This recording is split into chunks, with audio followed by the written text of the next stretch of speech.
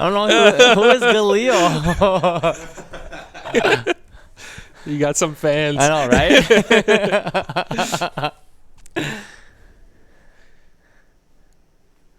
Oh my gosh, someone screenshot it. Yeah, already. That is awesome. That's funny.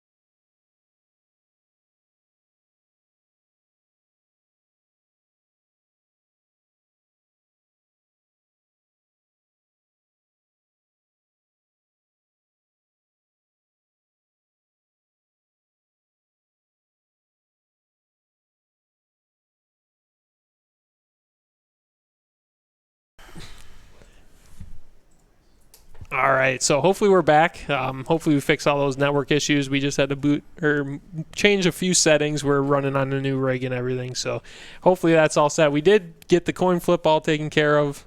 Hopefully, maybe you guys lagged and didn't see me drop the coin. So EGL is going to be having side selection, and by the look of the custom lobby, they are going to be on blue side. So prioritizing, I know Aaron Vindy was talking about the Caitlyn. I know it's a big pick for both teams here, so that might be on the plate for a first pick or probably a ban. So he was saying he was dropping 70k damage when he was warming up, so you better look out. I know that's a big pick for legit Camel as well, and playing around the bot side with the sub mid laner, playing for those dragons is definitely going to be on the plate for a good win condition and something that's nice. EGL gets side selection while screen blacked out. I swear it was legit. Don't worry, I saw him flip the coin, so we're good. Yeah, see, Simeon's my backup here. So we're going into champ select here.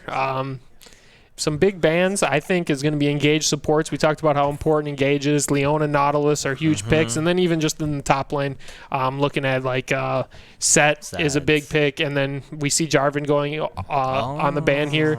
It's a huge pick for Solo Mason. It's probably his main jungler along with Rek'Sai. And we've also seen Viz on the J4. So that's a contested pick. So we'll kind of see Rek'Sai raising priority here for both of them for a good engaging early game jungler. Really set the pace of game. So interested to see what lane gets attacked by THE. Are they going to go for that bot lane to try and get that as their win con? We see Senna coming off the champ pool here. Senna's very good as a fasting AD carry, so she doesn't actually need to farm, and she gets free stats, free attack range, free crit. For the souls that she collects, so she's very strong, especially with coordination, and you can kind of empower your support to become really tanky and kind of fulfill more than one role. So Fiora getting banned here. Very strong split pusher. We saw Herondale favor those dueling top lanes. So he was playing Quinn last week. So Fiora kind of fits that, but in a much better way, because if you leave her unattended, she can just melt those towers and kind of make the gameplay around her. So even if she gets fed, dude. And then she's 1v2. Yeah, she's pretty nasty. So, and she's very strong into a lot of the meta support or meta top laners like Orange. She can kind of just cut them up. So Kai'Sa coming off here. I saw legit Camels last 10 games. We're all on Kai'Sa. So big ban here. Probably hoping that it falls through, and then we see Leona on THE getting banned. We did talk about the engaged supports are so big, and that's the best support duo for Swain. Interested to see if the Swain comes off here. Maybe they're not afraid of it, but it did pop off in lane. The Nautilus comes off, and that's another part. Hard engaged support and Caitlyn. Oh, they left the Caitlyn open. Okay. Yep, and we were talking about Caitlyn and how that's a big priority pick for both these 80 carries. So Alawi hovered.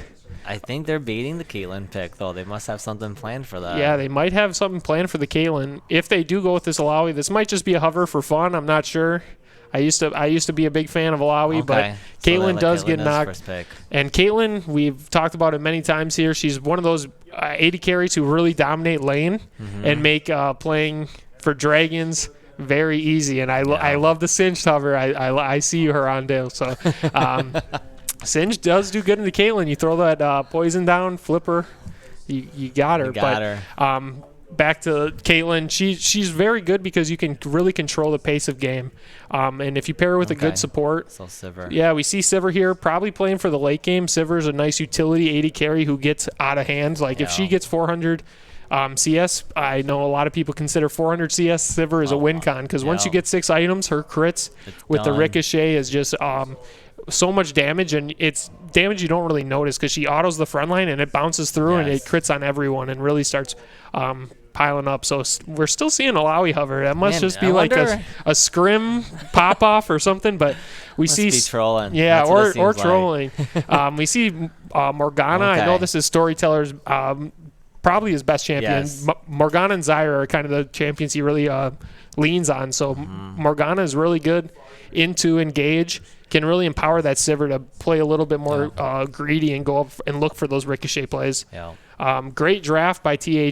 Yuumi comes in. Man, Yuumi is super strong, super annoying. I know a lot of people don't like playing against her, and even 80 carries kind of playing with her don't really like it, because in the mid game she's so strong on junglers or like bruisers. She kind of abandons her 80 carry, which might happen, but those those heals are those hiddens are so good. You don't even notice when you get healed, and then she just gives you a little bit more damage. Volibear locked in. Yes, that's what we like to see. So probably going into the jungle. I think that's his best lane, but we could see it in the top lane, and more Singed hovers here. You guys are just trying to get me to root for you or something, I think. But maybe we'll see it locked in.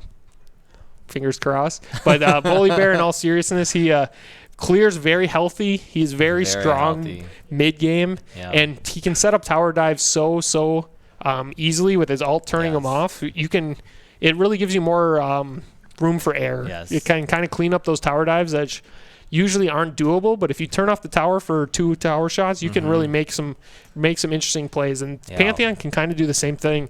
with his is it W? where he puts his shield up, Yes. he can block tower shots, can block 2 tower shots. Paired up with, we kind of talked about Kahing really favoring those roaming mid laners. Yes. So paired up with Pantheon, if you get both of them on the move, going to bot lane, something like a Talia is a very famous combo, Pantheon Talia. You get those ults coming in together, you can really blow up in games. Yeah, if you're ulting bot lane on cooldown, you can just snowball that. Yeah, you guarantee kills into the dragon and the map pressure. We see Talia actually coming off on the bans and Ornn on the other side. So Ornn, as we always like saying, is so good. Yep. Especially, he kind of checks all the boxes. CC, Gives your team engage, gold, disengage, knock up everything. And then he's like an assassin with his base damage. Yes. So Galio also coming off. That is an interesting ban because paired up with the Pantheon, it kind of serves the same purpose as Talia. So maybe once again, a cryptic special could be Galio. So interested to see the last ban here. Probably going to be attacking the mid lane even more. So Vladimir. Okay. Nice scaling. So we're assuming the Pantheon's going jungle. It's kind you of think so? Yeah, it's been played by Solo Mason a lot lately. He is a very good mid lane and top lane champion. He is good duelist. He's a rework champion, so he's got some good kit. So TF is the hover. So like we kind of talked about. So they're really going for that global pressure. Yep. Just to be able to get that not hard engage, but at least just put some pressure on the map so they can take control of it. Yeah, and TF is so good. It kind of eliminates the split push pressure. You can't really split push against a TF because if you're in a lane 1v1ing and split, he presses R, he can see where all the enemy teams are and ult in to make it a 2v1. Right. And then Brand and Set coming in here. We did talk about Brand mid being a lot more viable, so we're probably going to see it here into the TF. I don't think that's I think that's a pretty 50-50 lane. Like, it's a good matchup. I think it's going to be pretty safe for both. Interested to see the yellow card into the Pantheon, though.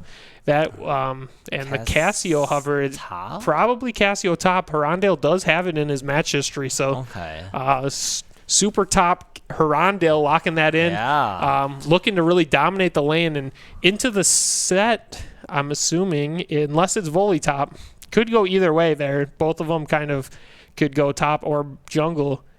And we do see the Volibear switch to jungle. Pantheon's going to be in the jungle on the other side. So Pantheon's really slow clear, but his ganks are very, very strong. Effective. He brings the hard CC, point and click, and then damage and can block tower shots. So that's something that few champions can bring, but Volley also brings a similar kit. Yeah. See, I like this matchup. I like this team a lot better than what they've had before. Yeah, their draft this week for THE is very, very well-rounded. We got the double globals to kind of cover up for any weaknesses or just dogpile in one lane. You bring the TP with Cassio or just let Cassio split. The one thing that THE is going to have to be very aware of is Cassio is pretty weak in the early game and Set is very strong.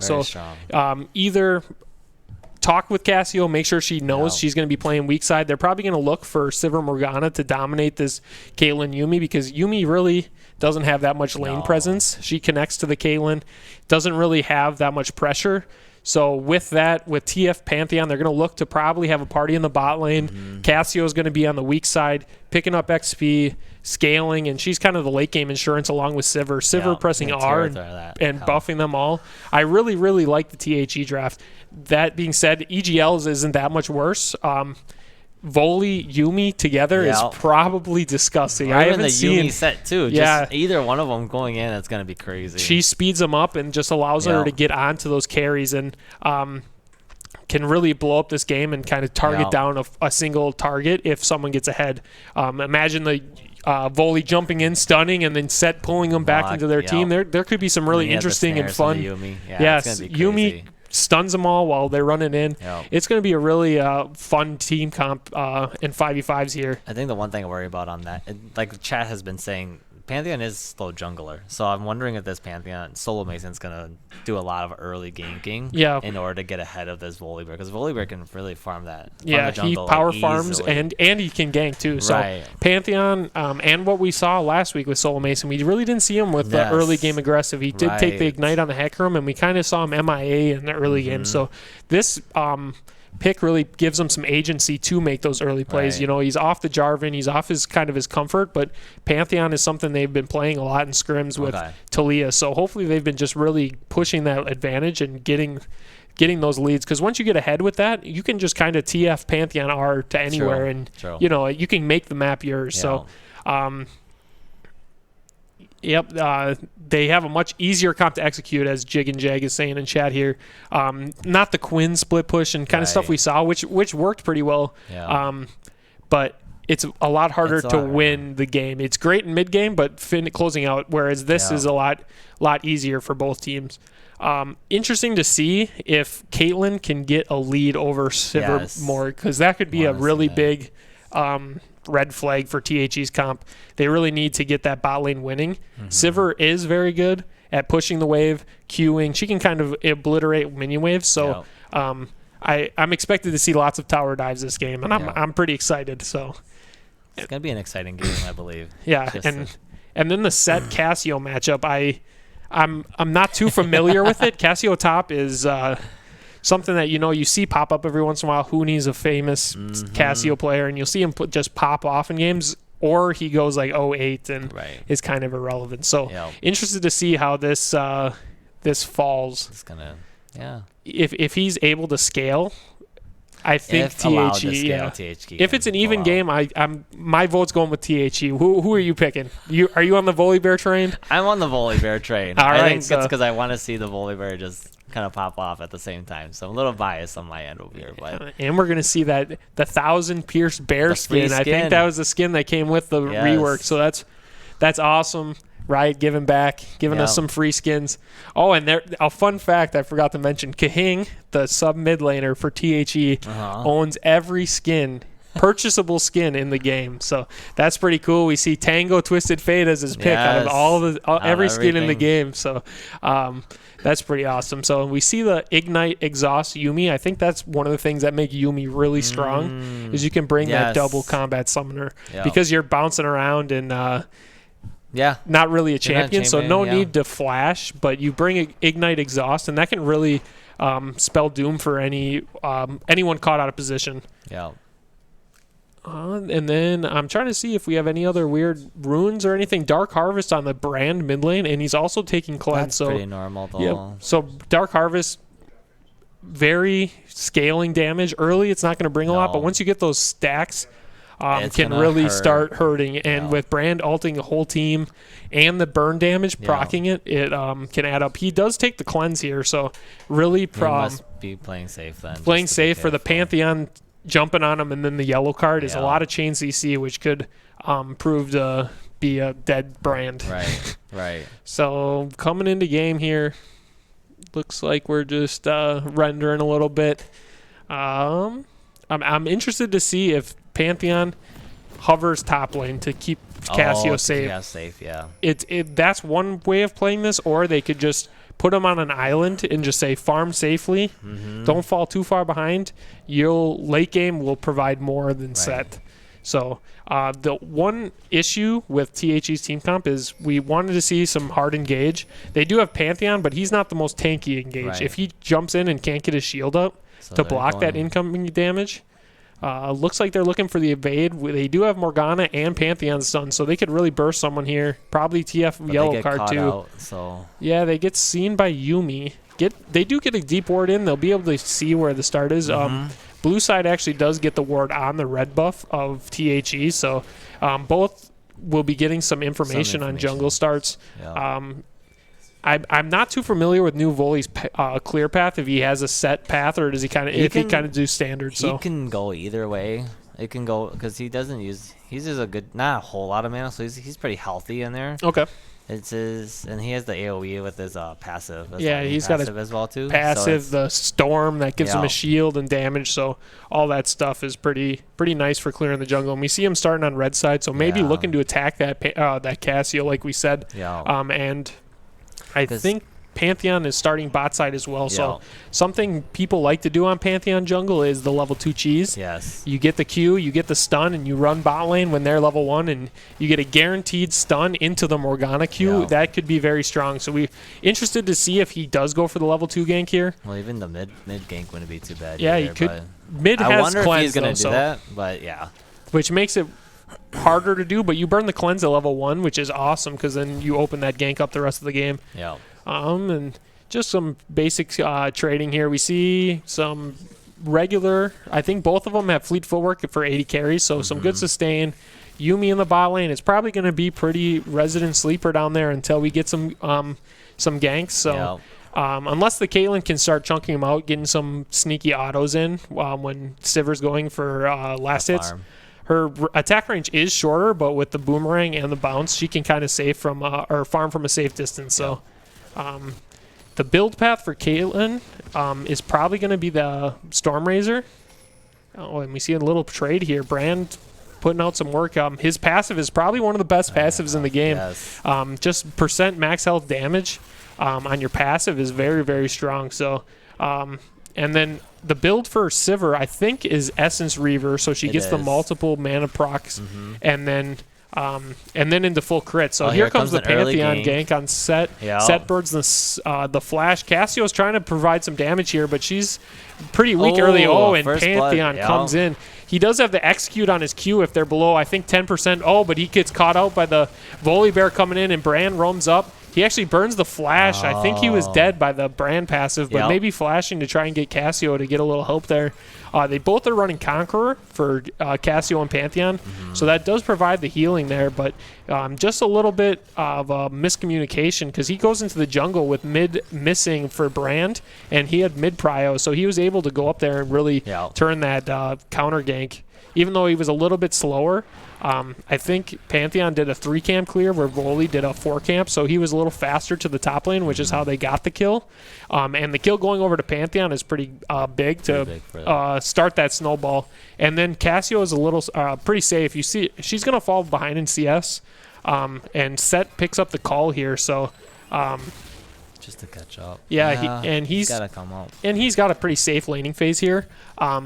He burns the TP back into lane, so maybe THEs will be able to abuse that. And Voli running in. He looks so nice. And Pantheon catches him out after he. Yikes. So he doesn't have the healing passive that he did. So you don't see his health coming up, and that kill actually going over to Sivir is huge. That was a little bit. He was a little over aggressive. He ran into the blue side jungle of red team.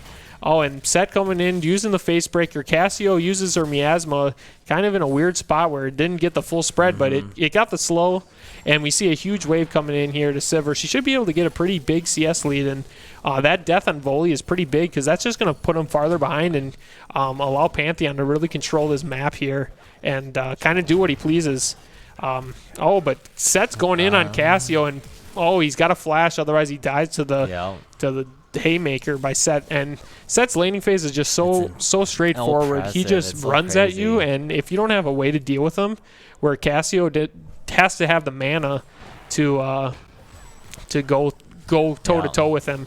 And early game, she doesn't have as much damage as a lot of people think. Being a scaling mage, she really is balanced. Hits, where her early game isn't. And the Dark Binding hits, but Caitlyn's got a cat on her, and she's just going to heal off. Actually looking to set up kind of a freeze here.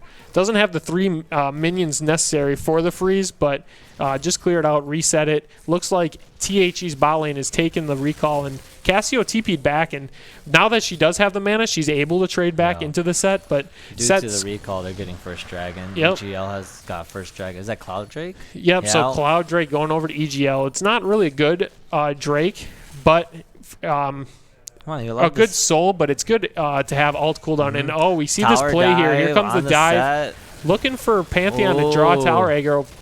TF actually does, and that was very clean. And the kill going over to Cassio is huge. The more kills in the faster snowball, Cassio, Herondale being one of their main carries, with Gahing being a sub, maybe looking to play a little bit more of a empowering role to those 2 carries, Camel and Cassio. I wonder if THC's done more practice because they're doing a lot better this game than they were last game. They look really clean, and these movements on the map are very nice and coordinated. You see the Pantheon coming in with the Twisted Fate.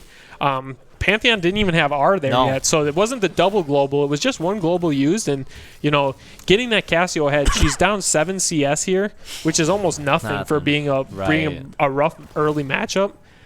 So that's really good, and that's a win condition. And they didn't need to have her play super weak side with bot lane going toe to toe here, looking pretty good, and Sivir even getting that early kill on the Volibear overextending. So this brand is getting pretty big, though. He is getting a CS lead, and with TF leaving and going to the side lane, look for allows Brand to grab more gold.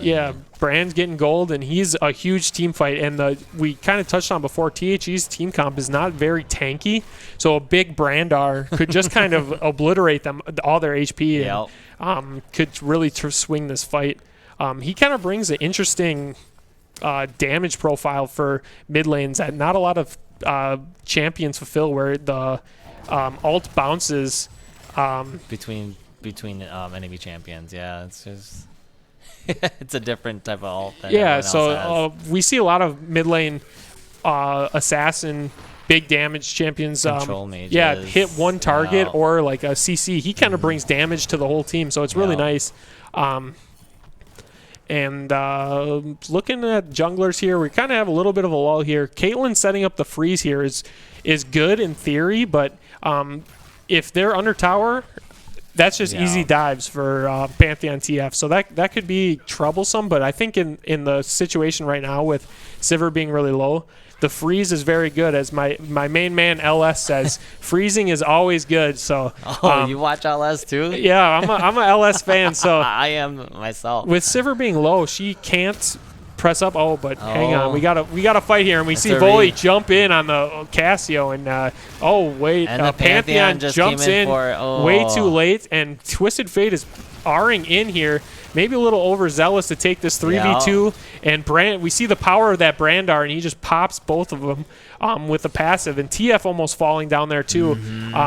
We saw the Cassio get a little bit caught out, and then after she was dead, the Pantheon R came in. So maybe he was trying to help him with the TF, both of them coming in, making it a 3v3, but it was a little late, little uncoordinated there. And like we kind of said, it's a couple subs coming in here and stuff, so maybe a little bit. And we see the big dark binding by Morgana landing, so there we go. Yeah, that's very big. Huge. And Yuumi, once she gets dismounted, she is. Is she gonna kill? I thought she was gonna. I thought she was gonna kill Sir. I was just gonna say she's kind of useless when she's off, but she did a lot of damage. New champion, by the way. And Voli walks up and steals the Rift Herald from Pantheon, and Set comes in. He pulls him in and gets the kill with the Haymaker. So that's a huge turn of events where THE was getting the Rift Herald, looking to blow up this game, open this game with a big lead bot lane. They could have dropped that down there, really opened the map and moved Sivir around to get that gold funneling all over. But it gets stolen by the Volibear. I'm not sure if Solo Mason didn't have Smite or how that happened, but gets stolen. He dies. And I think he was stunned within that time frame. Okay, so we do see Cassio coming in here with the Volibear stealing. Herondale's able to move down, and Herondale's gotta be careful. There's 3 people Set's coming down, all over and again. Brand's moving up, and that is just very. But he's kiting. Does he have ulti? Yeah, he almost turns this, and TF coming in. This is just very all over the place. Pantheon ults in to save the day. This Cassio really wants blood. Sets 2v1, just popping off, almost kills TF with the Haymaker there, and but he just turns and goes at his face. And he got the stun by pulling both sides. But Pantheon is able to kill, and Volibear gets out too. And I think Cassio's still in the jungle running around with who knows what is.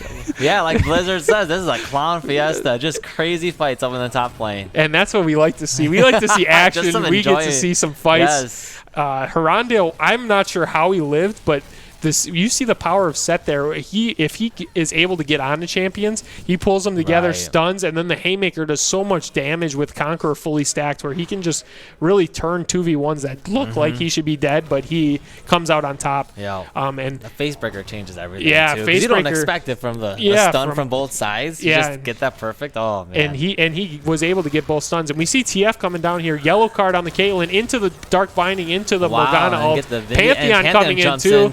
This should be a dead Yuumi here, I would assume, and wonder who they're going to get the kill over. It's going to go over to Kaheen. So, and that's the power of that combo. We saw EGL play the Camille Galio in week number 1 or 2, I think. Okay. And that's really a similar play style where you just blow your ults and just kill bot lane. Usually bot lane because they're squishy. There's 2 kills and there's Dragon down there. So you just ult down there and you just blow them up over and over, and you can just really balloon the gold league.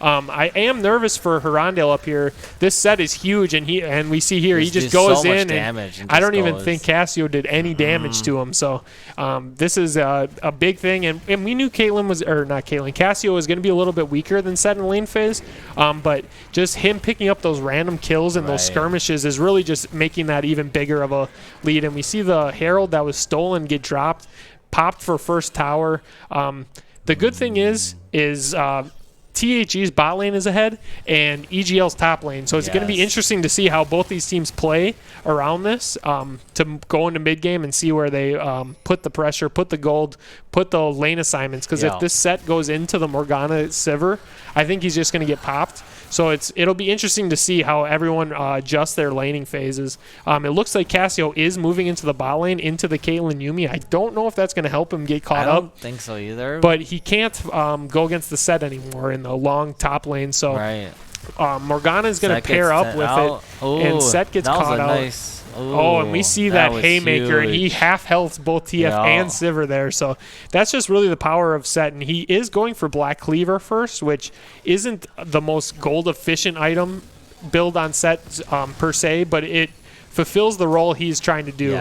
It gives him the speed buff. It's a little bit cheaper than Triforce, and it gives him some health and cooldown. So although Triforce is more quote-unquote gold efficient, it's not always the correct play, so I like that. We didn't talk much about the plants around the map. Have you noticed that? No, I know there's one in the alcove. I don't know why the alcove is there, but I know there is a blast plant in the alcove. There's a blast plant in the alcove, and then I think later on there's a blast plant near ground, and then near the base. Okay, yeah, you can kind of see them on there. I haven't been playing. I've been on that TFT grind like we were saying, but so that's a cool little change. Add some more plants, add some more variables into team fights, I guess. I'm not sure how impactful it'll be, but we like to see little changes like that. So we see TF popping the R. I wonder where he's going to go. And they're going for this dive. Full dive, no minions, no nothing, and he's just tanking. See, a little overzealous there. They get one kill. They get to trade, but how many are going to go down in response? Looks like 4. One probably. for 3? Yeah, 1 for 3 at this point, and Volley with a Yuumi on him is going to run it down.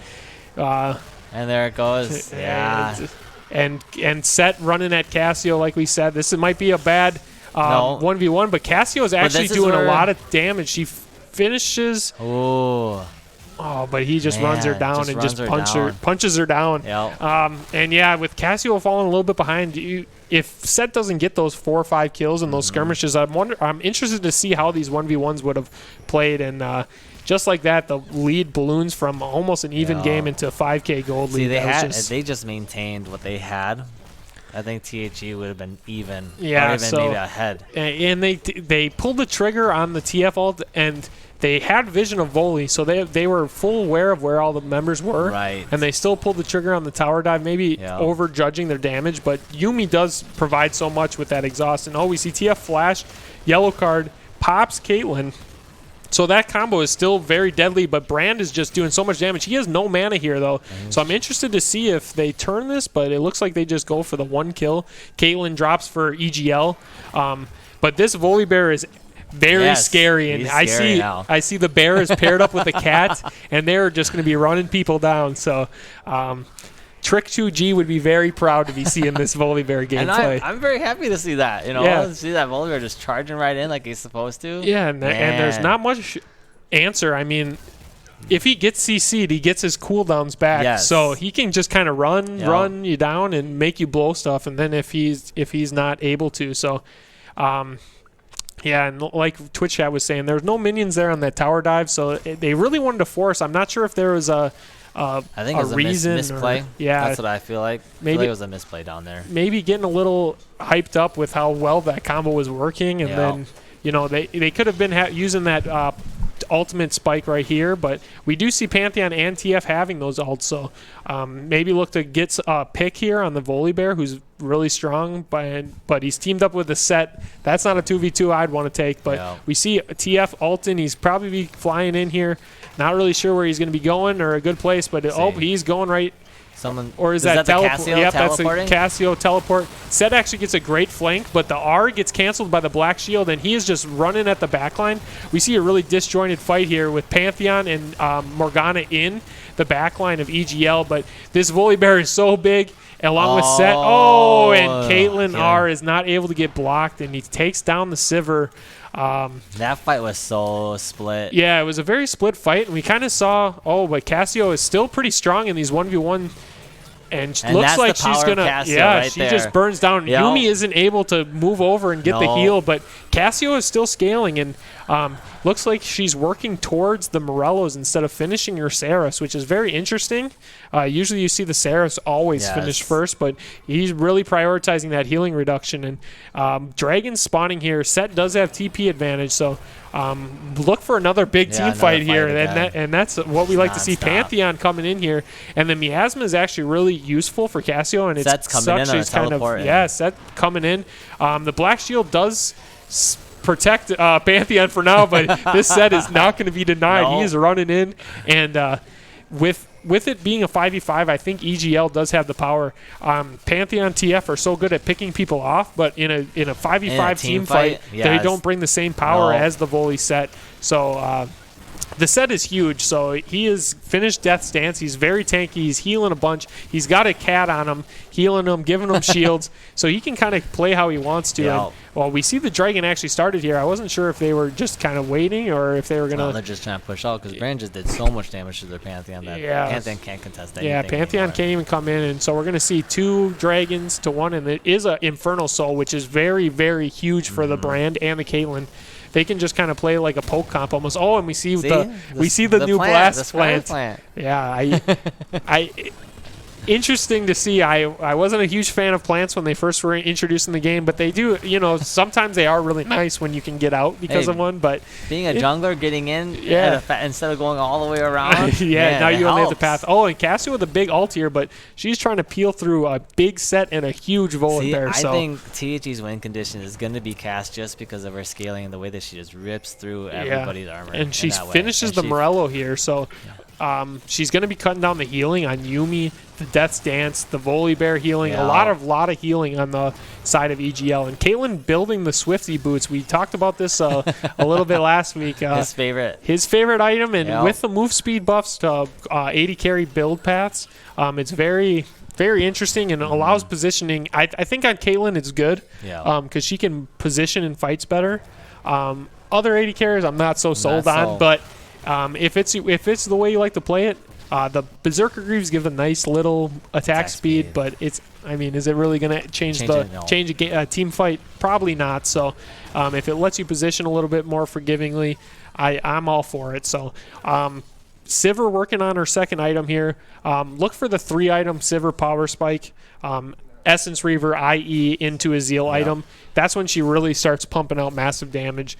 She's great at wave clear, so if this game does go longer, not get blown up, she can just kind of stall. So if they stall this out, they can easily come back. Yep, and I think EGL's win.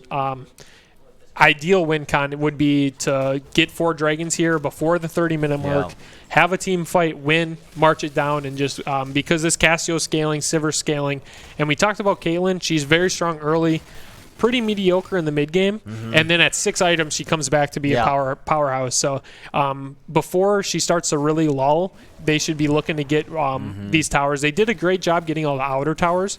The tier 2 and mid lane still standing.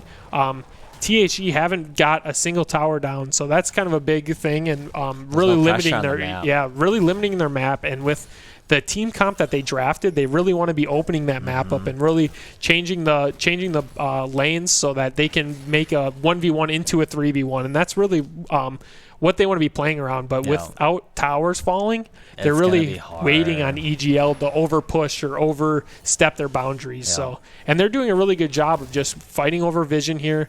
They are right taking a 5v5 because THE doesn't really want to, so they're just kind of in a weird lull state where both of them are okay fighting. TF gets the stun, and there it goes. Brand gets a huge stun there, and Volley is just massive, and he is popping off. This Brand does a lot of damage, and if you can get the stun on him, it's just like, it's done. Yeah, I think it's 100-0 with what he has building on most carries for THE. And with that, Brand also does a crap ton of damage to Baron with his percent max health passive. So here goes the Baron. Yeah, and they have Volley and Set to tank this up. They're just sitting and swinging on it. We're going to look to see Solo Mason. He does have his ult, and he's spawning in 1 second. So if he can come in and go for the 50-50 steal, Vindy was saying he is the best smiter he's ever seen. So we'll see if it comes to bite him in the butt. I've also seen Storyteller steal some Barons, but we're getting hypey here. But Viz secures the Baron. Cassio comes in. She's a little bit late, but maybe looking to have a fight here. There is a lot of low mana costs or low mana bars on the side of EGL, but it looks like they disengage. And I think this is okay for THE even. EGL is going to look to get the next dragon and try and crack some inhibs here. But if THE is able to stall, we could see them outscale, but they did fall behind. Their lead is up to about 7K, 6K. They finally cracked their first tower. It's not looking great for THE, but it's definitely winnable still. It's not over. Maybe if they're able to, but the Cassio is gone. So she gets a little they lose the pressure right there. That's kind of their real one big pick tool. They do have the yellow card, but EGL is going to group as 5 and just kind of be a big death ball almost with Set and Volley. What are the real answers with Set Volley with a Yumi riding on them? If you don't have the CC to answer to that, they do, but it's just like they're just too squishy to do anything right now. Yeah, they really needed to balloon that lead or just keep it even. I think if this is an even game, it's a lot better. But falling behind against big tanks really feels bad because, like we were talking earlier, Grievous Wounds just don't feel like they do a whole lot.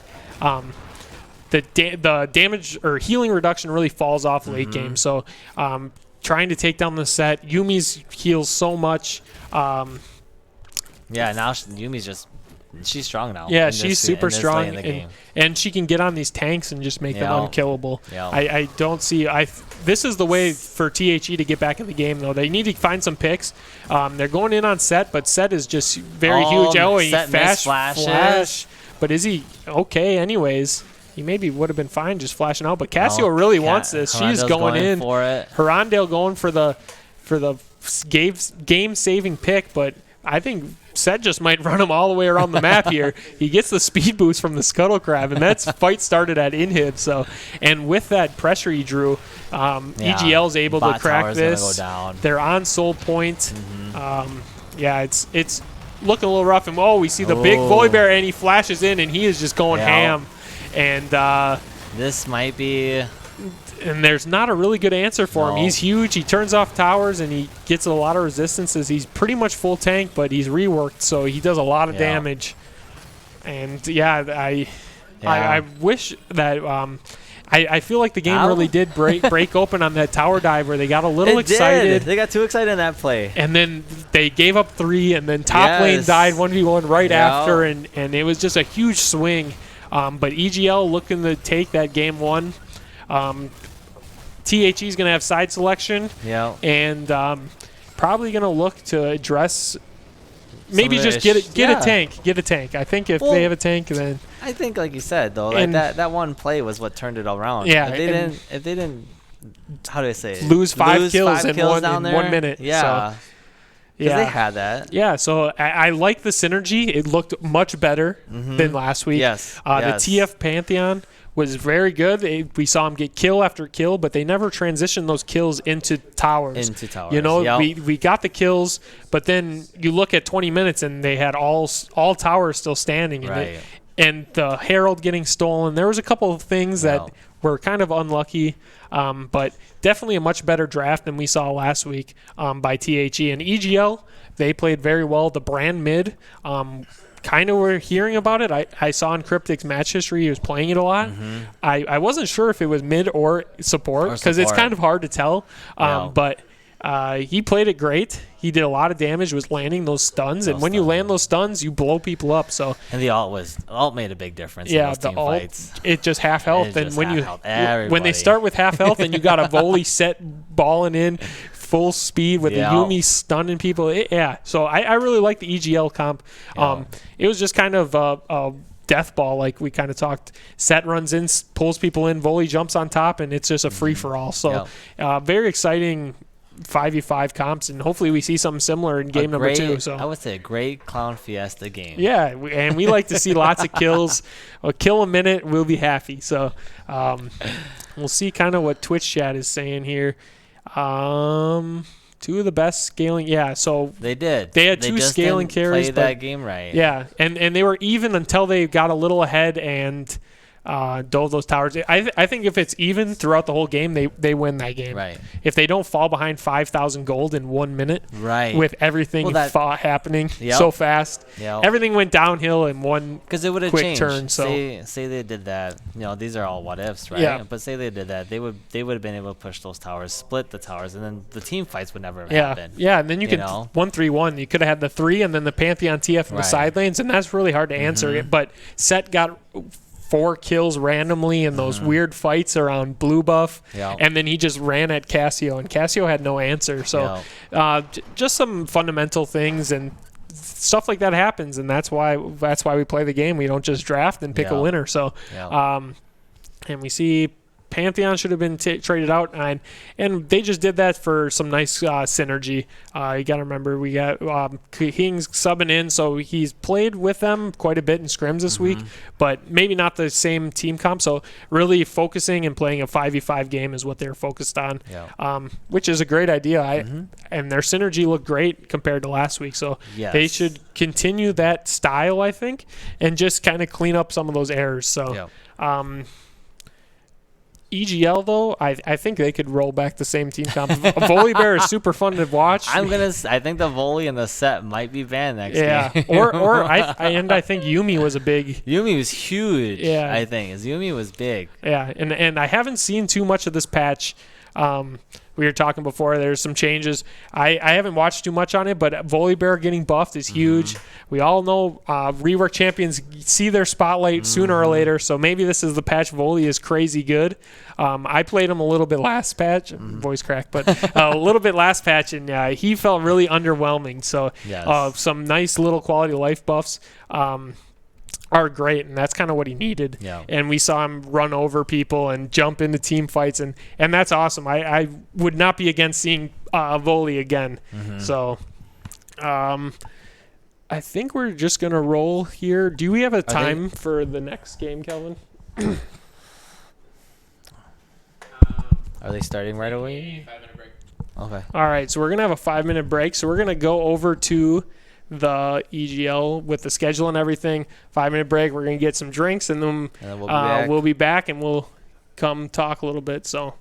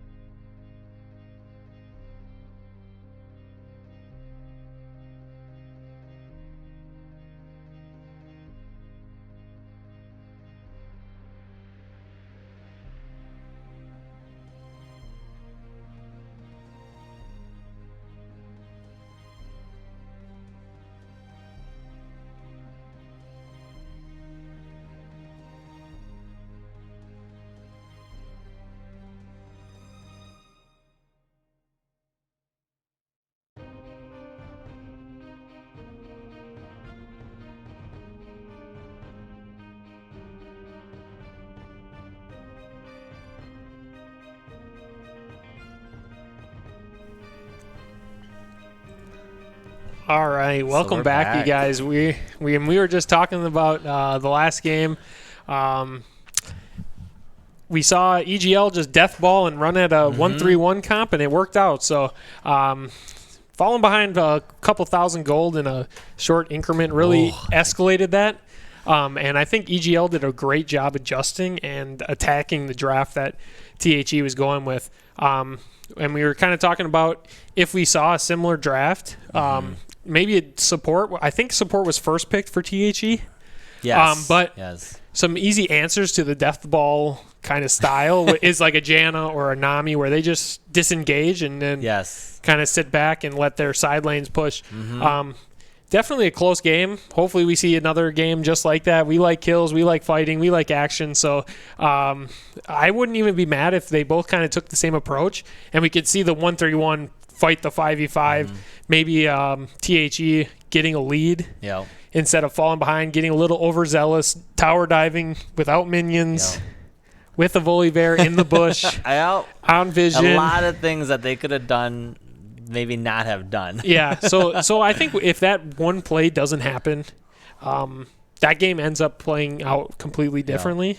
And I noticed someone on chat says they wish Harando would just play a tank. I have played with Harando before, and he likes playing the carries, but I would have to agree. I would like to see him play a tank just to see how it plays goes. That. Yeah, and he played what, Kennen, Quinn, and Cass now as a top lane, but hasn't played a tank lane yet. Yeah, so maybe that's what we see.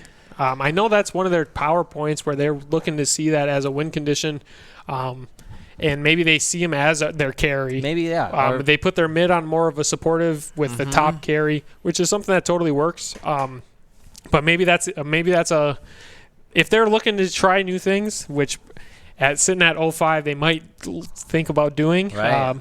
Ornn is a very good champion, so if they can find it, Ornn got banned last game though. He in second rotation. Oh, that's true. It was open in the first, so if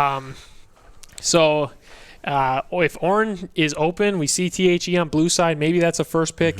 Maybe just picking that 5v5. We've seen him play a lot of 1-3-1, 4-1 split. Maybe grabbing that 5v5 death ball. We saw tank jungle or bruiser jungle mixed with bruiser, and they just ran in.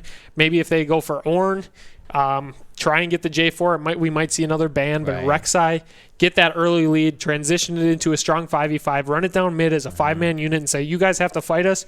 You can side lane push, whatever, kind of exactly what EGL did. Last game. Grouped as 5, and they said, you haven't gotten a single tower. You have no side lane power or pressure. You got to fight us as 5 even though you don't want to, or we're going to take your base. And that's what ended up happening. So, and these are all different strategies. We don't know the play style. Maybe if he doesn't play top lane, for instance, maybe he's a mid lane player and he doesn't feel comfortable on tanks, and that's why he's playing that more mid lane style. We are not mind readers. We're not in their comps. We're just here commentating the game. So those are definitely good tips. We'll see if they listen, or maybe that's going around in there. We'll see if they change their game. Yeah, and like we kind of said, it wasn't that it went terribly. The drafts wasn't lost in draft. So I think they had a plan going into it. They were really going for that early game, and then the split, and it was almost working. Yeah, we saw the Fiora ban. Maybe they knew that's the style they like to play, and if Fiora, Vladimir, some of these really strong scaling side lane pressure champions are still drawing bans, so maybe that's really their best win con. And in scrim practice games, most of these players know each other and have played together. So if they know something. That's why they're banning it, and we see Yuumi Senna coming off. Yep, the Yuumi we don't get to off. see the set Yuumi Voli party this game, but maybe we'll see the Voli set even party. Even without the Yuumi, say for instance they grab the Sivir utility. Yeah, there's still death ball charge right there. Yeah, Yuumi is very good, but there's other supports that empower it just the same. And we see Caitlyn coming out. They're afraid of the Caitlyn first pick, which we saw fall through in EGL get last game. So very strong lane priority, and Leona ban. So we see triple support. Yeah. Senna's support, 80 carry, same thing. But 3 supports ban. They're really targeting down the sub for EGL. And for Padawan being a sub, he really didn't miss a beat. He was on Yuumi duty. Top. Yeah, he was usually a top lane player. He was top. Padawan was top. I thought he was. No, he's playing support because he subbed in to support. Yeah. Okay. So we see the set first pick. Galeo's the top, but Padawan usually plays top. He's playing support. Was on Yuumi last game. Looked great. Yeah, he did do well. Yeah, Yuumi is not the most. If you're off roll, pick Yuumi. That's a good tip for climbing. But we see the set's been very strong in every single game we've had. I want to see if the volley comes through. Yeah, I'm interested to see. We see volley Ornn incoming. Oh, okay, so Lucian. Yeah, Lucian. That could be solo lane. We see Lucian play top mid and AD carry. So, yeah, and I think if volley is that strong on this patch, we might see him picked here.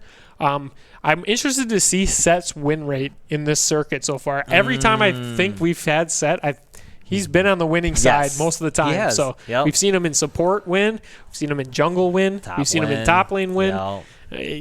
And we see Janak. Nami. Nami. They're listening to you. Yeah, but they're on the other side. So maybe they're going to be looking for the 1-3-1. Yeah, and if THE is looking for the death ball, Nami, Janna are very strong. Right. Those enchanter supports, they build Ardent Sensor, and they really propel your team to do more damage, and they just keep everyone safe, which is really not the most exciting to play, but it's very effective. Changes the game, though. It's very effective. One good Janna tornado, one good Nami bubble really blows open the game. And we see Wukong coming through here, so it's probably going to be set jungle. I know Solo Mason's a pretty big fan of it. And Kahing hovering as Talia, definitely his favorite mid lane pick. So they're giving him that. Yeah, and this comp, it looks really good for THE. They have the Engage, kind of a tank set. And it's more, or Wukong, it's a engage tanky, but it still plays towards that playstyle Herondale does like, where he can take that 1v1. We see him going into enemy blue buff, looking for 1v1s. He just wants to scrap. This guy just wants to fight, and Cog hover. Everyone talks about Cog mid here, so we're gonna see either Lucian mid or Cog mid, or maybe they're just hovering it for the fun. But GP gonna be locked in. GP comes through. GP's an awesome. I love GP. Dude, so he's so scary. Yeah, when you get him late game, his late game barrels are just and he's very good in the set because he can just farm with Q, poke with Q, barrel chain. It's kind of a handshake lane from an ideal perspective. I mean, junglers obviously influence that, but in a 1v1 vacuum, they should kind of farm it out and nothing really. And we see Kaisa hitting the bans here. We did talk about Camel, really favoring that Kaisa in the last few weeks in solo queue. So definitely a scout ban there, which is all right. King is pronounced. It's King. Okay, I thought I was just reading it. So King is on Talia. I'll try and hit that up, but. Interesting to see the mid lane bans here. I'm assuming they're going to attack it. The brand goes. That was such a big pick last game. And EGL with their famous Xayah, they ban Xayah almost every game because they don't like it, which is all right with me.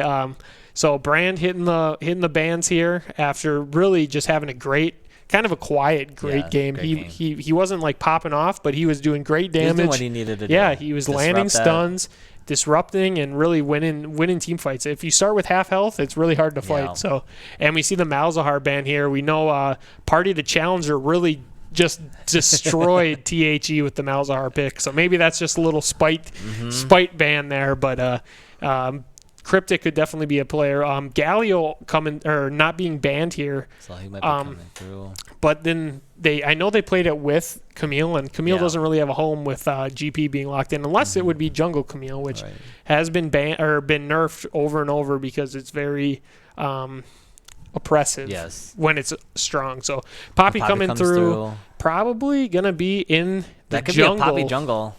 I'm not too familiar, but Viz, I like Viz's. She's strong. Is she? I like Viz's champ Poppy is another one that's just hidden where she can duel you 1v1. And we see Vayne coming in. Man. The Uzi special, legit camel style. Hopefully, into Lucian was traditionally a counter pick because he could dodge the Q of Lucian, but Lucian is very strong in lane, and Vayne is historically very weak in lane. So interesting to pick there, but he's going to be the late game insurance. And we see the Janna here. They must be listening to us. Nami and Janna they both came in the lock-in. Holy cow. That's pretty a good partner. So that Poppy jumping onto the Vayne, that's gonna be real. And I think that's why the Janna pick comes in, is to get the Poppy off, because Vayne not being able to tumble inside Poppy's little W circle, it really kind of invalidates Vayne as a champion. So Janna being able to get the Poppy off, and we see Syndra coming through. Okay. Syndra is such a good blind pick mid lane. Yes. She kind of wins every matchup. Just because she does a lot of damage. It's the Wukong jungle and then the set top. Oh, never mind. Yeah, these are two flexible. Two very flexible champions in their lanes. Wukong is very strong.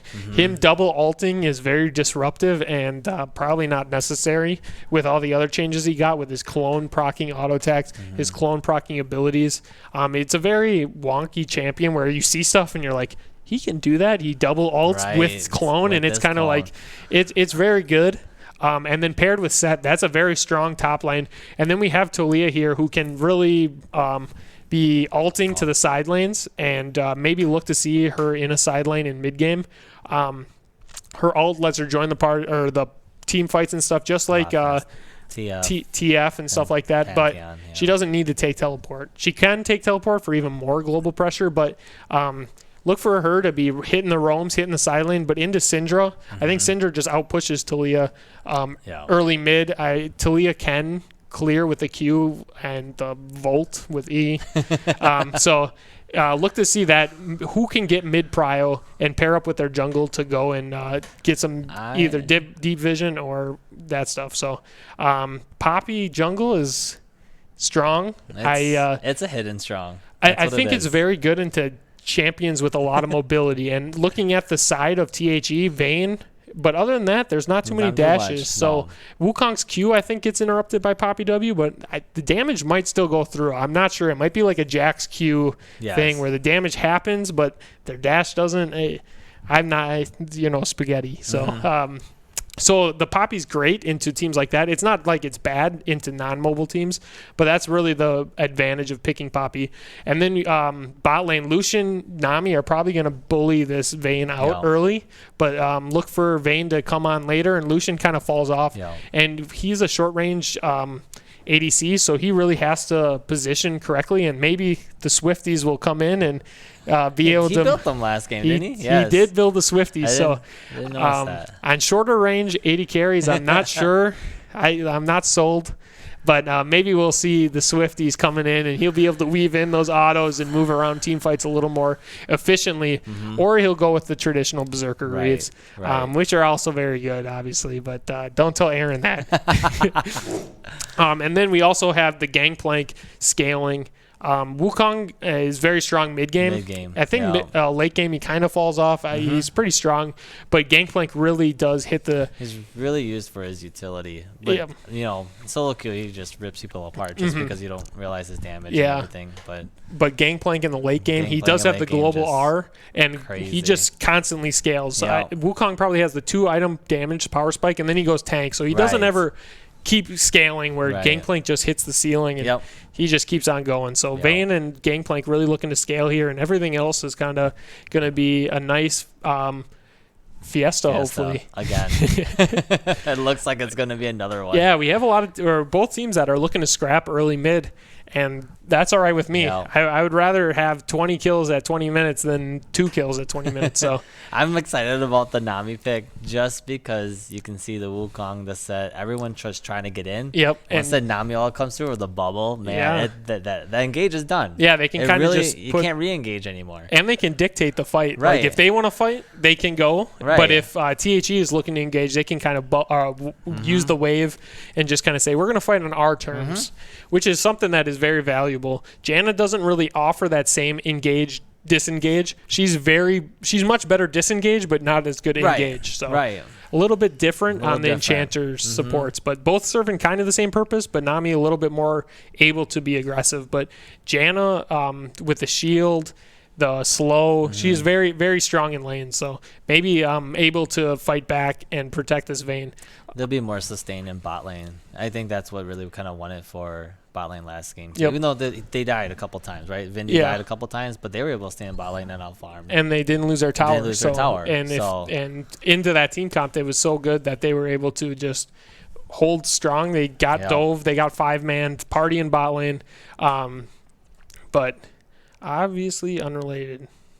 He was talking about if Volibear's ult can jump over Janna's ult. Oh, I didn't read that. I'm not sure. Volley's still new. Probably he's newer champion. I haven't tried it personally, but I'm assuming it does. Yeah.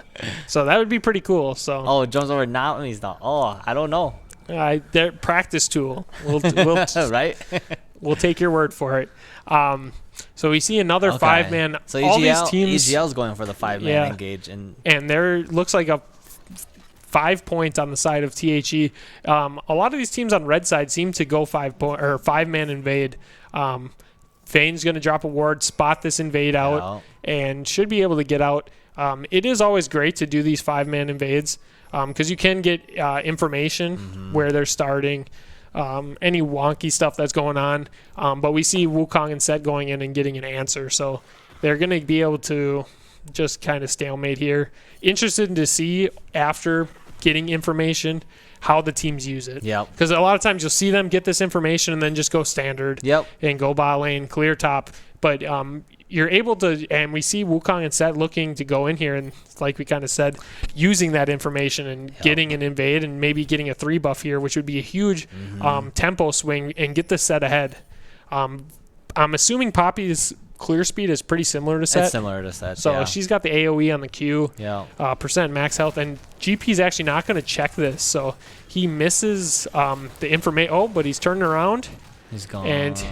And so he sees them take this. So this could turn into a vertical jungling then. It could, but GP takes a little bit of a trade there, unfavorable trade, which is okay. It's not like he face checked when the buff went down and had a 2v1 there, so he ends up getting the information. Poppy's not going to get 3 buff because of this, but if he would have continued to top lane, he probably gets 3 buffed here. So Poppy feels safe to go ahead, take the red, and then look for him to take the party right to bot lane and look for an early gank to get this Lucian ahead. Lucian with his, I think he's going to press the attack. His burst damage in level 1, 2, 3 is very crazy, strong. So he's one of the best AD carries for early pressure, and that's why we see him in solo lane sometimes, because he can hold his own. His range isn't the longest, so he does fall off in the mid to late game. His damage is still there, but it's just harder to maneuver. Right. Sometimes you'll see Lucian just popping off, being able to skate around and just, and that's awesome to see. But it is very hard to do. So. And we see these trades here. Nothing really happening. Poppy going to be going over to actually break the vertical jungle to take Raptors. Set came over to kind of challenge her for his Raptors, so she knows that her Raptors are up. Nothing too interesting there. You know, they're just kind of going back to standard, kind of like we said. A lot of times when vertical jungling happens, you'll see them full clear and then look to attack the lane. So that's what I was hoping for, just as then split the map and see how they play that. Yeah. But they haven't been able to really do it. So, yeah, if Set would have done the Raptors, got the scuttle and went top, you see GP pushing here. Maybe he's vulnerable for a gank. And, but now we see the scuttle. Fight at Scuttle Crab. Poppy's actually getting the smite down, and she's putting the work on Set, but he gets the big haymaker, and I'm not. He gets the stun. See, that's where the hidden power of Poppy kind of comes in, because you don't realize how tanky she can be. No, I thought she was dead there, but then she got the stun off, and then I wasn't really sure who was going to win that. But Syndra gets the mid prio, gets in there. She's low on mana, but sometimes just the presence of being there is enough to kind of dissuade. So we see Talia going for a recall here. Set recalls with no HP. He's going to be going to his golems. He did lose Scuttle Crab, so you never want to get double crabbed when you're jungling. That's just a recipe. And Gangplank looking for the solo kill here, and he gets the parlay and the solo kill. That is just no good. Gangplank he's strong early because of his Q, but he's not that strong. Right. So seeing Wukong die there is definitely a tilter. We see him pick up the double Dorans to really focus on lane and TP back. GP not getting his back canceled. Wukong looking. He puts the ward in there to try to stop, to salvage but Gangplank going back and getting a Sheen, and that matchup is just going from bad to worse. You hope to at least win until 6, or maybe even 10. Because Gangplank gets the extra gold from his Qs. and he scales very, very hard. So look for EGL to take that information and use it. Maybe bring the Poppy up there and continue to attack the Wukong, who's now behind, has no teleport. If he dies again and GP's able to kind of zone him off experience, but instead we actually see King here with the roam, and he's what we were just talking about, EGL noticing that THE actually took it upon themselves to send Talia up there. She's going to fall behind a little bit in creeps, but she allows Wukong to push this in safely. He's going to get a nice cheater recall here, not lose too much, and kind of salvage the lane. So very good play by King here. EGL's and he catches the first dragon again. Yeah, so we see Dragon be such a big win con here. Set is here. He has the blast plant. Smite, so we'll see if and EGL actually backs off. We know Vindy talks very highly of Soulmation smiting, but he actually gets pushed off here. He's on a pink ward. And then EGL just secure the Baron, or not the Baron, the Dragon. Very early Baron, but Mountain Dragon's huge. You get the extra resistances. Yeah, for Poppy, that's a big one to pick up. And I didn't see which one spawned next, so we could kind of get an idea of what the soul is going to be. And we see these Gangplank trades just going from bad to worse, and the Grasp proc on top of it. So he's getting HP, getting healing, and he has the range. So he has his ult now too. So he's got that presence up there now. Yeah, and we see mid lane Syndra is actually freezing it on the Talia. So Talia is going to have to push up, and you never want to have to push into a level 6 Syndra. So once Syndra dings 6, you got to be pretty careful when you're coming up to even just farm those creeps, because she has very real 100 to 0 pressure. And if Poppy's there, you're almost guaranteed dead. So look for Set to have to come mid to help break that freeze. She'll be able to push up and safely clear it with a little help. And now we see the fruits of that early solo kill. Gangplank just pushing off Wukong of this wave, but Set's here. We see that R from Wukong that's so good, and GP drops his ult, but he's just going to be dead. And the Triumph saving him. Yeah. I wasn't sure if he was going to be able to trade there. If he trades there, that's actually very good. But Wukong's going to be able to push that in, and that lane might be saved now with Set really coming up here. And we see Lucian looking for those trades. He gets the Q, E, 4 autos. But here comes that was a great play. Flash. The flash tackle by Poppy into the wall gets countered by the flash from Talia, and then Poppy's under tower, almost dies, gets the Dark Harvest proc for Talia, and we look at bot lane, they just keep looking to aggressively trade, and I think THE is playing this right. If you lose a couple creeps, the world isn't going to end. The wave's obviously pushing anyway, so just the wave's play it pushing. patiently. Don't greed for one minion die and lose 20 because of it. So, and we see Poppy clearing. She's very low. She didn't go back. Okay. I was gonna say if she dies to this red, I was gonna feel bad, but she's got the smite. She's full health now probably, because sustain in season 10 is very high. Yes, yes, it really is. And then we see this Gangplank still pushing. Repeat gank and again. Set coming in. He's not 6 yet. He gets the pullback, and Talia are coming in. This is very, very well played. And dropping. So actually Gangplank getting that early advantage and getting a CS lead, but THE turning it and just that was attacking smart for them with the repeat gank. They repeat gank. They knew he had no flash. Talia drops the wall. Where's Gangplank going to go? He's got to run into a Set and a Wukong, and that doesn't sound like much fun. So very, very smart play by THE. And once again, their team play is looking very clean. But the one thing that comes back again, looking at the farm, this is where they had trouble last game, was their farm. Jungle and mid not getting the farm they need in order to maintain that lead. Yeah, so they're looking to make these plays, and they're a lot cleaner, but they're sacrificing their lane prio. They're not pushing the lanes and maybe skipping a step, but doing it to get Wukong saved. So you gotta sacrifice something. You can't get everything. If you're roaming, you gotta sacrifice a little farm. In most situations. So Talia sacrificed a wave or two to get Wukong back into it. You got to take and give some things. So, and I'm amazed that they had 3 top, right? Rift came up, and they didn't get Rift. Yeah, so maybe that missing a little bit of an opportunity there. But we see them fighting over red buff. Set should have saw the passive of Poppy actually land. So probably knows something's up. Syndra does have mid prio, so it's always important to look at if Syndra's able to push in, you see her kind of pair up with Poppy and get on the move and make plays. So, and we see lane prio for all 3 of EGL team. All 3 lanes for EGL. Something's so happening in the bot. Yeah, we see a gank coming in here, but THE looking to recall, and the E Stun from just Syndra misses. just short. So, and that's why the power of Janna there. I'm not sure if they they can get that kill, even if that lands. Janna is so good at disengaging with the Q. It didn't ding 6 yet, so she doesn't have her ult, but that's really good to keep the Vayne alive. And I'm interested to see Vayne in these mid-game fights because it's going to be very difficult to play around Syndra as Vayne, because she presses R and you might just die, but those 30 HP buffs might come into handy here. So, and just like we kind of expected, EGL really pushing their lane power here. Lucian abusing Vayne, getting those tower plates.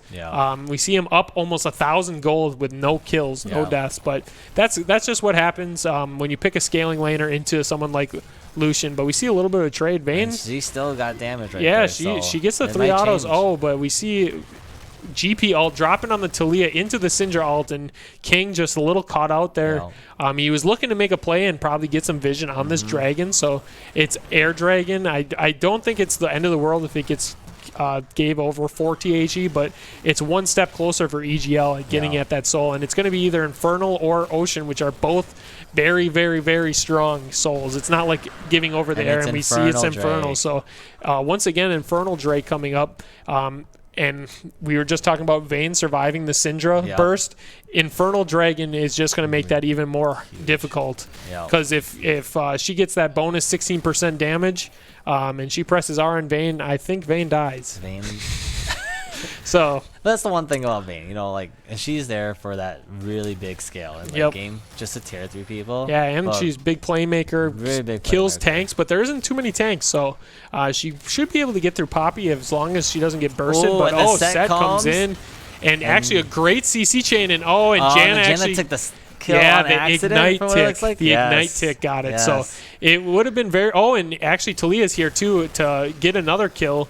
Misses.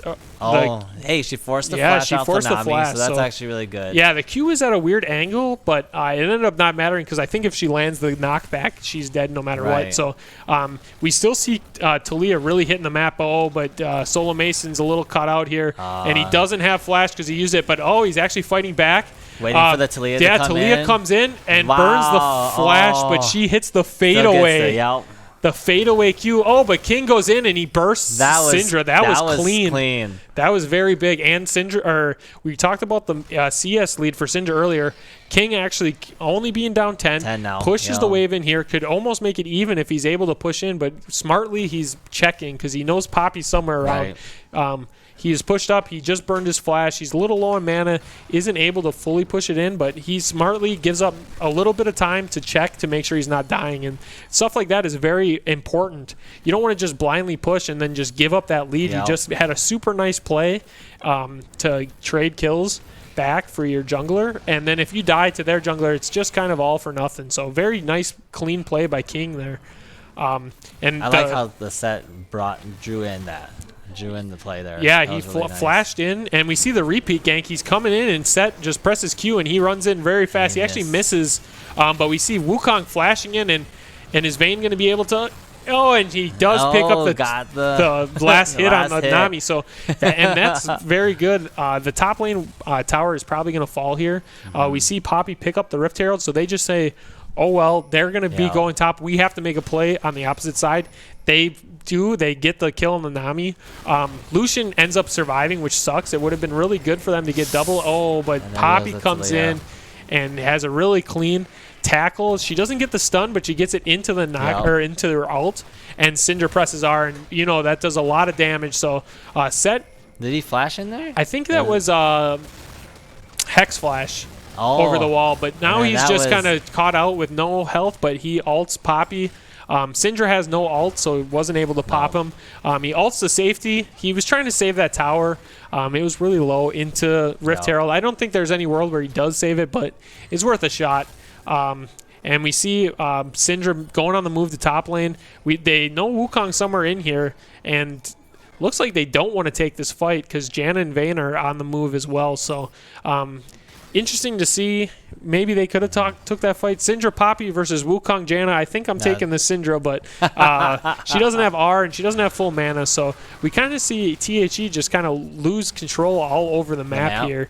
GP gets solo tower top. They rift mid. Lucian uses that early lead. They lose bot lane. Yeah, and they lose 3 towers in the span of about a minute and a half. But like I said, that's where it comes. They have some great, those great skirmishes. Yeah, able to execute those skirmishes very well. But then their lane prio is gone. Yeah, they lose a little bit of grasp on the map. You know, it's nice making plays, and you want to be making plays, but sometimes it doesn't end up being a it's nice to watch, though. Yeah, it is Very nice to watch. And I always think of Rift Herald, in a lot of pro games, you'll see the bot lane go up, but then, Gangplank might just solo kill. But Wukong does a lot of damage here as long as he can dodge his barrel here. And Talia comes flying in, and we see Gangplank get a huge speed boost from the Trinity Force, and the bonus blast clone comes into play. That That's is interesting to say the least. But you always hear about trading. So people will move their bot lane up for Rift Herald, but then if in equivalent gold, if you get Rift Herald and first tower, it's basically equal to the enemy AD carry getting solo XP plus plates. So you got to weigh what you're interested in. Are you interested in map pressure? Rift Herald's the way to go. If you want just solo XP, just leave your AD carry down there to soak. And that's why League's awesome, is there's so many different ways to go about every game. So and play styles have to be taken into account too. So that's what makes these not custom games, these organized, organized team play very different from just your solo queue everyday game. Where you just win lane, win game. Right. So and that's why. But that's enjoyable. Yeah, exactly. Enjoyable play, enjoyable to watch, and we see the 5-man unit here, and EGL is afraid to come in and fight, even though they are a little bit stronger at this point. But and the Talia gets caught by the max range stun by Syndra, comboed into the tackle by Poppy, and she just gets bursted by Syndra R. So there is no Syndra R. Talia falls down there, and we do see the ghost on Talia this game, which is interesting, and we talked about how good it is, but giving this dragon over this is going to be hard. Yeah, it just stinks. Turn this game hard. Because now you have to fight for every dragon from here on out. There's no option to give up, and Wukong pushing, trying to get something in response, and just gets slowed by that Gangplank ult, and Lucian flashes there. Probably not needed, so they get something back at least, but not ideal because he's trying to get that mid lane tower so they can open the map up, but he's just a little bit overzealous, doesn't get the tower, gets Gangplank ulted, and just dies. So, and we see the play just kind of falling apart here for THE. EGL using their lead very good, just like last game. They get a pick. A good pace, and they're playing to their power spikes too. They got the Syndra stun. Poppy blast going over the wall, got this kill, and then they're 4v5. They take the objective, and just like that, the gold lead balloons almost to 5K, just shy of 5K, and hopefully we don't see what we did last game where they just smack them with the wallets as a 5-man unit. But the team fight is definitely better and we see Herondale taking the 1v1. He couldn't beat the GP, but Lucian is down. And Lucian burning flash to secure that kill earlier when Wukong was caught out, ends up biting him because I think if he flashes there, he lives. So Wukong's able to trade back. And we see him going for Blade of the Rune King on Wukong. That's very strong in the solo lane, so gives a big damage spike. So once he finishes that, he's very behind GP. GP has Trinity Force and almost Essence Reaver to just a Cutlass on Wukong. So Cutlass and a Recurve. Yeah, all these kills just help Wukong, but Gangplank is a monster right now, and he might be too out of control to handle at this point. I agree, but you see that they're playing that split very well. Yeah. That can't control the map enough to be able to control that. And they're kind of attacking the weak point we kind of mentioned on THE, where they're not able to push those waves, and GP is just benefiting so much. He's getting free farm, he's getting towers, solo towers, solo XP, and no one can really answer him, even with Taliyah having a global. Taliyah going for the Rylai's Crystal Scepter as the first item. I'm not too familiar on Taliyah builds, but I think traditionally Luden's is almost always the first item. Looking for a little bit more utility here to help these team fights. I'm not sure. Maybe the HP helps to not get bursted. There might be a specific build into Syndra or something. So Rod of Ages then. Yeah. Just because or even just picked up some MR. Yeah, but that's true too. Yeah, so maybe that's just a King special that he's a big fan of. So, but like I said, GP 2 items to Wukong's 1 item. Wukong really picked to win this lane. GP just kind of want to chill, and with him being ahead, it's scary. Hard. It's scary. Good Gangplank who's farmed is one of the scariest champions in the game. So the last time I played against a GP, it was in the last St. Norbert tournament. I played against it with an Olaf top. Yeah, and how did that go? GP didn't want to touch me after that. But you guys got to put the pressure on GP. You just can't let him farm. No, and if he gets ahead of solo kill, it just makes it harder. That's the hardest part. Yeah, if he falls behind, he kind of feels almost useless in some games. So we see a nice knockback by Taliyah. Oh, nice flash from the Poppy. Poppy flashes, and she would have been condemned there and probably dead. Maybe dead right there. Yeah, and that's what THE really needs here is a pick and use it to get Dragon or Baron. But that's where the disengage came in. With the Nami and everything, like that disengage, and then the almost and now you not see re-engage, but you got the split right there. Yeah, we see Syndra pressuring tier 2 and GP pressuring the inhib down here. Yeah. Just kind of running circles around, and Nami just a huge pick for this kind of team play. Because Set can't touch him. Yeah, what is Set going to do? Run in and get bubbled? Wukong won't be able to touch either. Yeah, he just gets R'd, and it just kind of really ends the fight, and then they can just back off and let the side lanes push up. Mid lane backs off. They have to answer. Mid lane pushes up. It's really playing chess when the other team's playing checkers sometimes. But THE has the same option. But Syndra overstepping here, and Janna living with and Ignite gets the kill. I was going to say that looked really good if Janna survives, but we see Hirondale here on the split. He gets on Lucian, but he gets exhausted and dashes stunned. Over. GP comes in, and he's a big boy.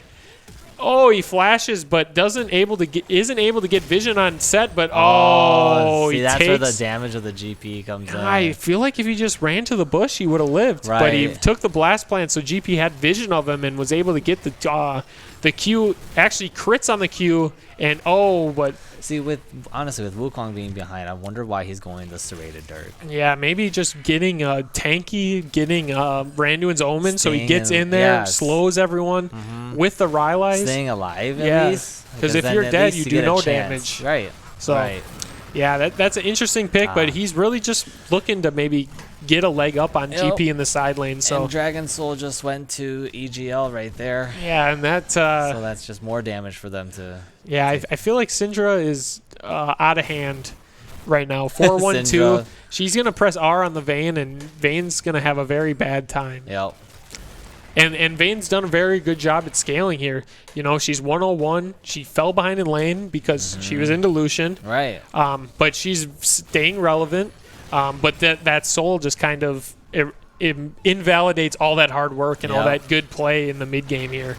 And we see Syndra just throwing Qs, followed up by Gangplank Barrel, and they're just getting popped. They're gonna have to run, and Poppy taking the 1v1 here.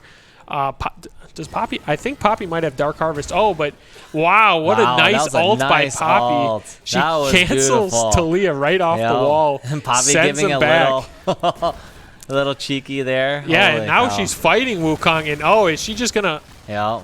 She just straight up killed him. But Vayne comes in.